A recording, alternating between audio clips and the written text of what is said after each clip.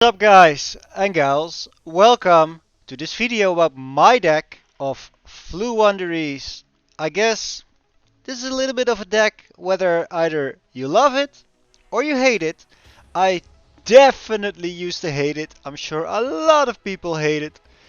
There is a lot of good reasons to hate it, but ever since I started playing it, I actually I actually really enjoy it. It really fits my style of play. I hope that doesn't say a lot about me.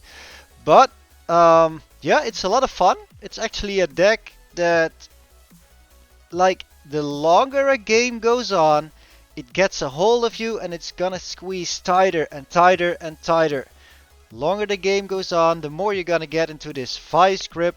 I like how it actually disallows your opponents to do what they want instead of trying to go for whatever you want to do. I think that is very powerful, and I just got back into this game like 2 months ago after being away for it for 15 years. So I had a lot to learn, and after getting my ass kicked for 2 months, this is the first deck that got me to Diamond 5.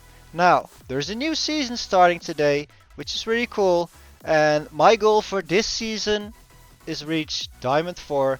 I'm gonna try and do it with this deck, and well, maybe you want to follow it. I will do a Road to Diamond 4 series about it. But anyway, let's get into the deck a little bit. We'll go over the deck profile, maybe try some plays with it.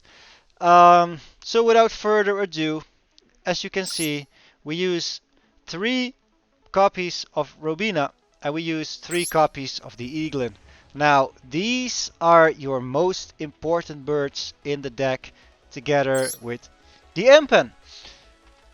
So the Robina, very short, it allows you to search for any of these 3.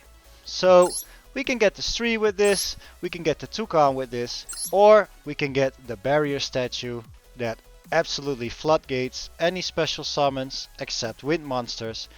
And if you are not facing a mirror match or a Larryless Tri-Brigade, you're actually very good to go with this. Then our next card is the Eglen. The Eglen is gonna bring your biggest monsters to your hand. So we're gonna get the Apex Avian, which is an Omni Negate, the Ryza, which will shuffle cards from the board back to the hand or the deck. And then there is the Impem, which will not only allow us to search for a spell card or a trap, as long as it's Floowandereeze, it will also negate our opponent's activated effect by special summoned monsters, which is also pretty strong. And if we combine that with the barrier statue, they cannot special summon and they cannot activate effects already. You can see this is starting to tighten that grip in really soon. Our other 2 little birds are the Stry, which will allow us to banish a card from either graveyards. Obviously there's a lot of plays we can make with this. And then there's the Toucan, which can bring a banished Floowandereeze card back to our hand, which might not sound that strong at first because all these small birds can bring themselves back. But it could bring back the Impem, it could bring back any spell or trap card that might have gotten banished somehow. Let's say cards that do not get banished, you can actually banish them with the Stry and later on bring them back with the Toucan. We'll get into plays later. So to stick with the Floowandereeze Engine a little bit more, we have the Advent of Adventure, which is a very strong card. It allows us to banish 1 Winged Beast from hand and get another Floowandereeze monster or field spell out. And the field spell is actually a really powerful card, since it allows us to do 2 summoning chains for our own turn, which is ridiculous. And it doesn't even matter if you banish any of the small birds, because they can actually bring themselves back when they are banished. So we'll went into place later. Then this card, it is one of my favorite cards of the deck, the Unexplored Winds. First, it allows us to put 2 Winged Beast monsters back in the deck, draw 2 cards, or 1 if you wanted to. But it's the second effect. This allows us to tribute cards, and not just monsters, but cards on our opponent's field as tribute for our own monsters. So they have a face down card, and you can summon the Emperor, for example. Face down card is gone. It is now tributed. Then there's one trap card I use in this deck. This is something that allows us to start a summoning chain in our opponent's turn. The field spell, if our opponents normal summon on their turn, it also allows us to start a summoning chain. And what I mean by summoning chains is it allows us to do a normal summon, which is actually a special summon. And as soon as you start to summon one of these birds, they can just start the next summon, and the next, and the next. So at first you might just have one bird, then this searches for the second bird.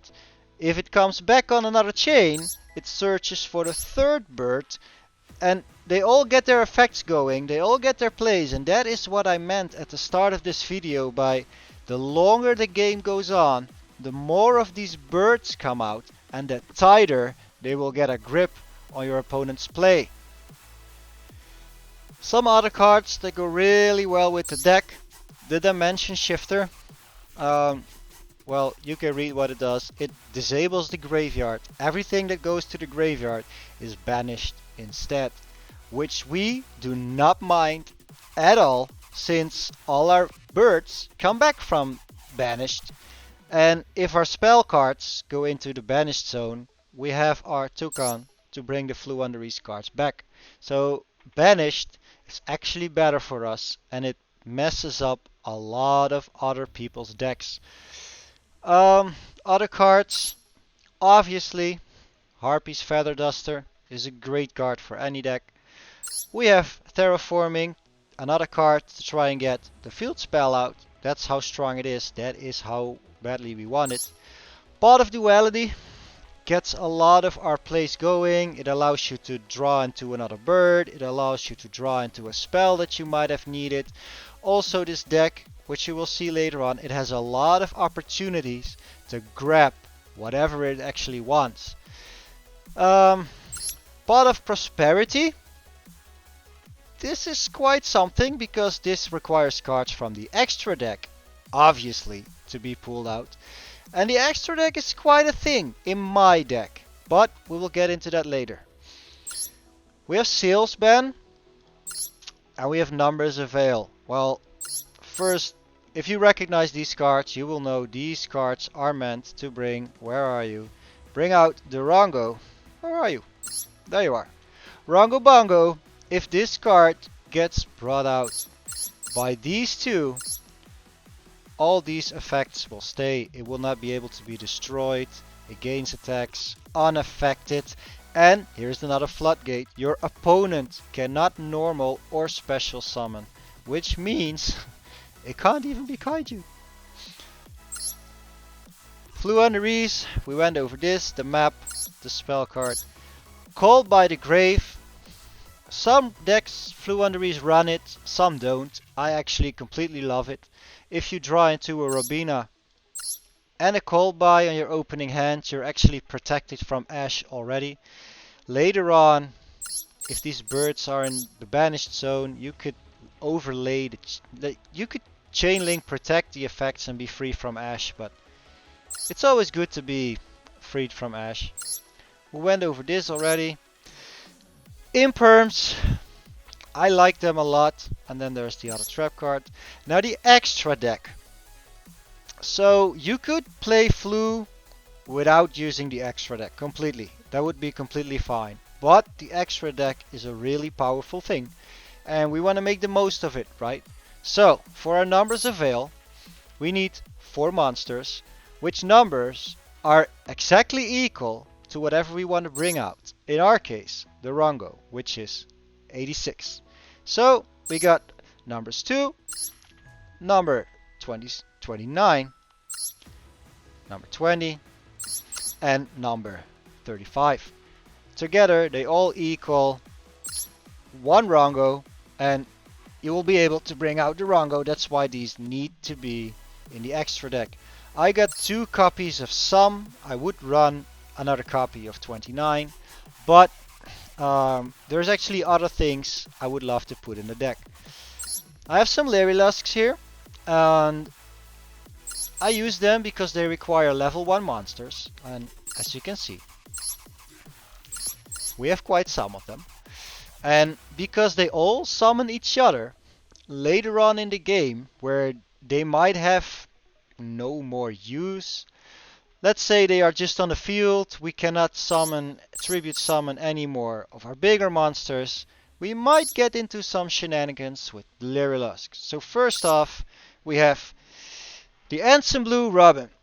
And this card actually blocks opponents' special summons. Let's say we lost a barrier statue somewhere.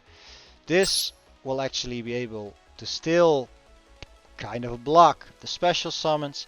If you wanted to take one card out for another number 29 for whatever reason, this would be the card that I would suggest to take out.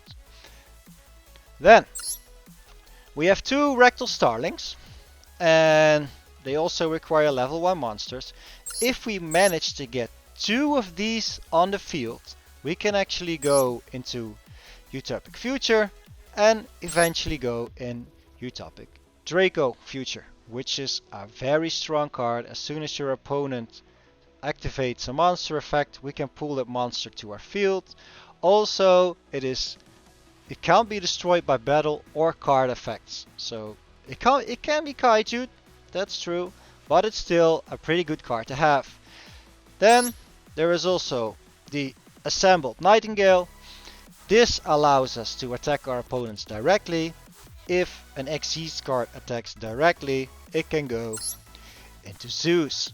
And Zeus, as we all know, takes care of board wipes.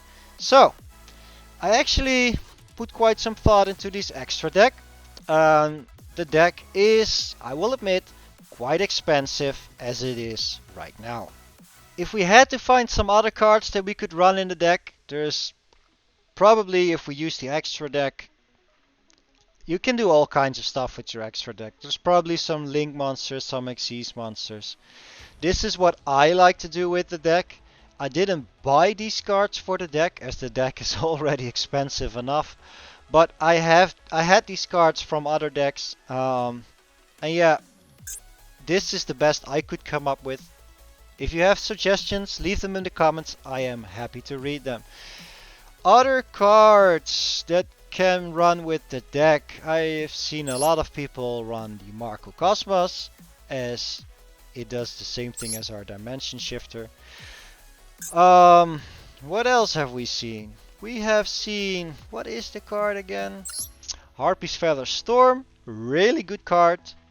Goes very well with the deck. If you control a winged beast monsters, we have quite a lot of those. Some other cards we might be able to use.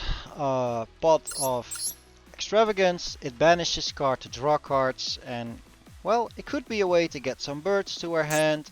I have seen Book of Moon being used a lot with the deck. Actually changes a monster face down, so if you want to get into a chain and someone has a Baron the Floor out, flip the card, it's negated, you're free to go wherever you want. DD Crow I have seen used a lot. Can I bring it out? Yep. It's actually something we can search for with our Robina as well, since it is a level 1 winged beast, so that is actually very good. Other cards, well, you can use any kind of hand traps, basically ghost ogres, you can use whatever you like. Maybe even Maxi. I am not running Maxi into this deck. Basically because I have Seals Ban in there, Numbers of Veil in there, and I don't want to brick any more than I sometimes do. It doesn't brick a lot for me, but I guess if I put in more Maxis or hand traps, I cannot get any place going. Okay, so we started this game with the dimension shifter. We want to use it immediately on our own turn. So if our opponent has call by, they cannot use it yet. It can be blocked. Then now I'm gonna hope for a bird so we can at least start this game. That is perfect. Alright. Now obviously if you have the Robina and the Eglen, you would be perfectly off, so we could actually banish this, use with this card, use it to find it, but we're just gonna try and pretend that it is not, we don't have it, alright? So this card is not existing right now. This is our bread and butter. We want to summon another monster, yes, so you can see every time we summon a monster, the effects are gonna allow us to go for the next. Pick the imp from here. Normal summon a monster to the field again. Yes. Tribute summon. Yes. Okay, so this is where it gets funny, guys. So you can see now as soon as I start searching with this, I can bring birds back that are banished. So I can use these to chain block in case I am preparing for an Ash. Let's just leave one there. So if we need to use the Robina again, we can still use it. The chain block, or at least the Eglen. Now we want to get the field spell out. Yeah, we could summon a monster if we could get going, but the effect won't go twice, so let's just pick no for now. Let's cancel this. Now what we could do normally with the field spell is activate it, show this card, then summon it after, get cards that are banished out there. Do another summon. As we say, it also allows us to summon if our opponents do a normal summon. We actually have the imp out, so any activated effect, that is important, activated from a special summoned monster is blocked already. Okay, so last part of the video, and we could go on and on forever. I know I want to talk to you guys a lot about this, but I suggest you're just gonna follow my road to Diamond 4 and we will make a lot of plays. This is a go second hand where we actually have the map already, which is actually great. Also, we do have an impum. We do have the opportunity to search for another monster, so we could already use this to get the Eglen out and get a perfect play. So we will banish this card. We can bring it back later, you know. Don't forget to use the dimension shifter. Can we make that play now? Okay, so we want to add the Eglen to our hand. If we have Robina, Eglen, and a field spell, this is gonna be ridiculous. Okay, watch this. So, hey, stop that. Okay, so we can now, since we have the Eglen already, use the Robina to actually search for the barrier statue. And that is actually great. We got another card in the graveyard, which is also great. This will allow us to bring the impum back we just banished. But for now, alright, so search for this. Then bring the Eglen out. Yes, we want to summon again. Yes. Okay, well, we have the imperm in the graveyard, I know, but to speed this up a little bit, I'm gonna pull out the imperm. Otherwise, I would normal summon the Tokan, pull out the imperm, go from there, and we could pull the Omni Negate. Summon a monster to the field. We want this on the field ASAP, right? Alright. And since we have the map already, some people search for the trap card, especially if your opponent does a lot of special summons. The trap card would be better because our maps will not be triggered, but I like to go for this card. Now, yes, I want to summon a monster to the field, and we will end with this one. Yeah, we can bring this to our hand, why not? Alright, so we can activate this. And because we use the maps for our first chain, we still have the second chain. So let's go into this a little bit more and now see what we can do with this. Okay, so There's the token. It will bring back any of these. Let's just pull this. Normally I think you better pull the spell card, but why not, right? Now, if we do a tribute summon, no, we do not want to use this, but yes, we want to use our unexplored winds.